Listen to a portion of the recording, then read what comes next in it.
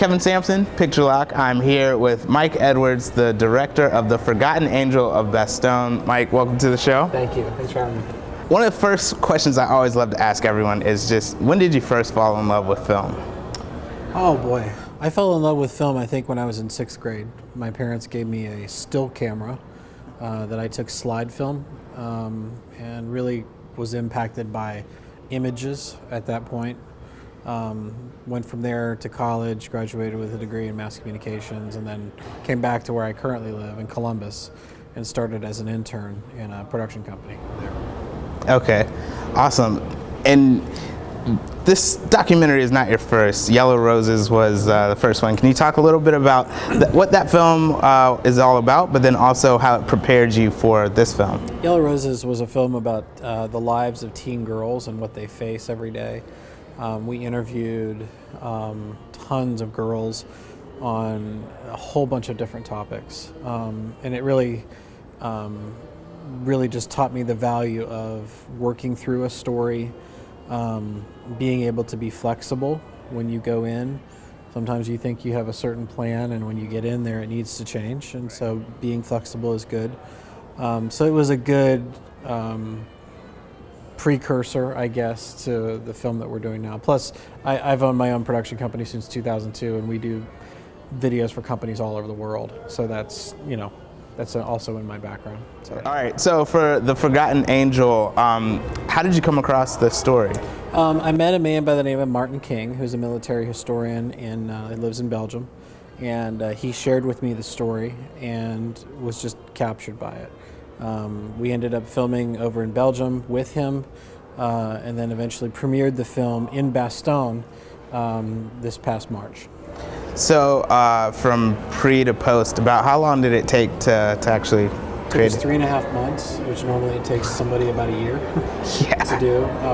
The reason why it was such a short time period was because we were asked by the mayor of Bastogne to premiere the film at the opening of a historical center in Bastogne.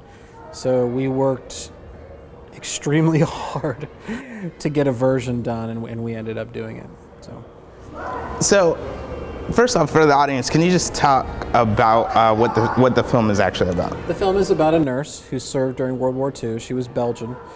She was born in the Congo, so she's a black nurse, and she basically lived in Bastogne. She was going to medical school, nursing school, in a town called Louvain, which was north of Bastogne. Her father asked her to come home for Christmas break, had no idea of what was about to take place with the Battle of the Bulge. The Battle of the Bulge, people think it's a weight loss program. It's actually not. It's the largest land battle in U.S. military history. It's massive.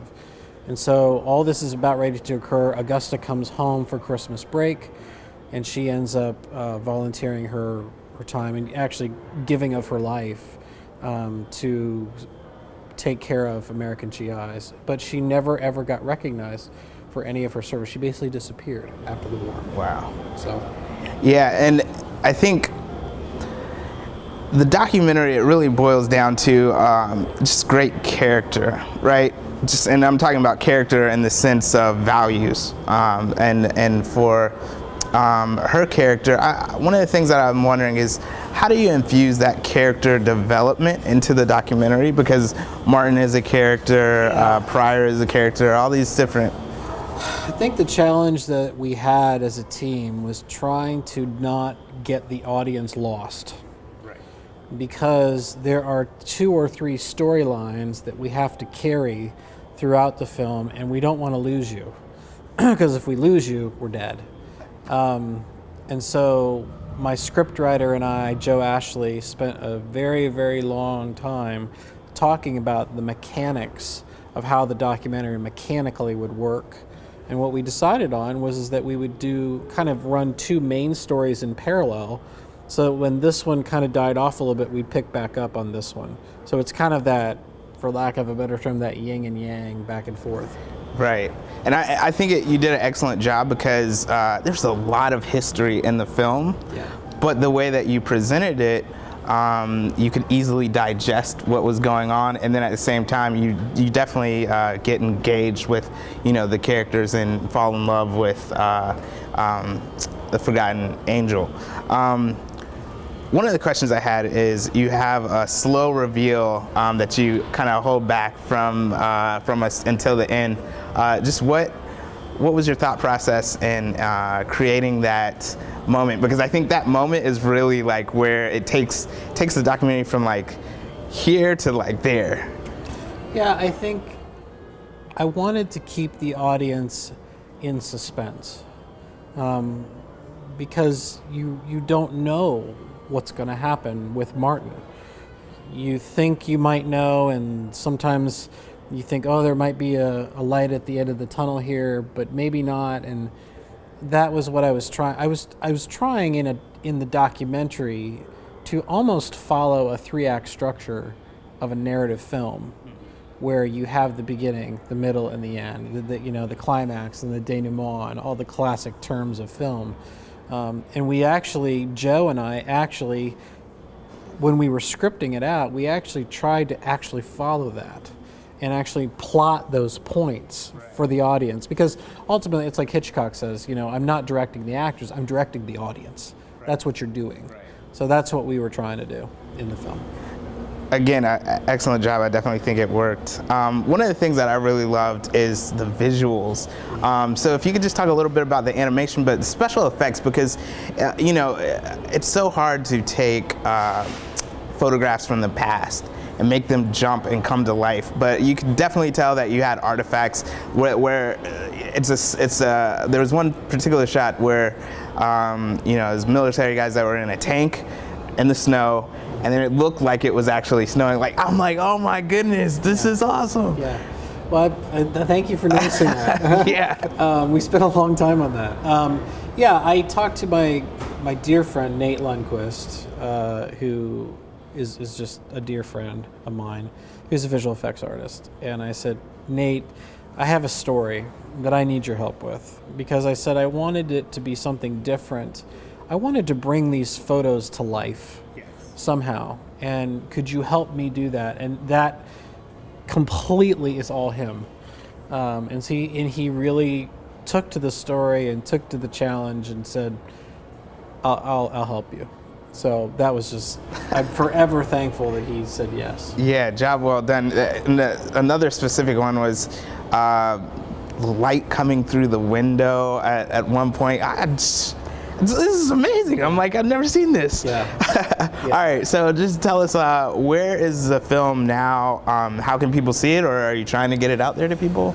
Right now, we are seeking a sponsor. We need a sponsor, and sponsors can be participating with us in a number of ways. There's the presenting sponsor, so in other words, the Forgotten Angel of Bastogne, presented by, so forth, whoever. There are some lower tier sponsors as well. We are working right now to get the film to television. We're approaching 4 or 5 different networks at this point. Don't know whether they'll say yes or no. We hope that one of them would say yes. But more than that, we want to get it also out to schools, just to the general public as well. I think the story for me is one of those things that Augusta took a look at somebody's humanity and their humanness. I think a lot of times we get caught up in the whole black and white and race and this. It's like, no, I need to look at you as a human being. Right. That has worth and has value, and look at you for that, right? And not automatically just look at whatever. And I think Augusta did that. And I think what we and other people need to hear that, and they need to see that and be inspired by that. And so that's why we want to try to get it out there. So. Yeah. Last question. We're here at the GI Film Festival. What does a festival like this mean to you? This is actually my first ever film festival. Are you serious? Yes. Wow. I had no idea what to expect. I've never been to a film festival before. So I just was like, well, let's see what happens. Yeah. So no, it was a great experience. Really enjoyed meeting some great people.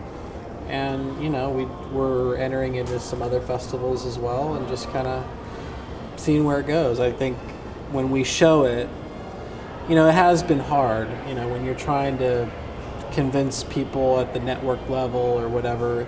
Sometimes it's hard and you get discouraged, Yeah. And any documentary filmmaker will tell you that it's a tough road.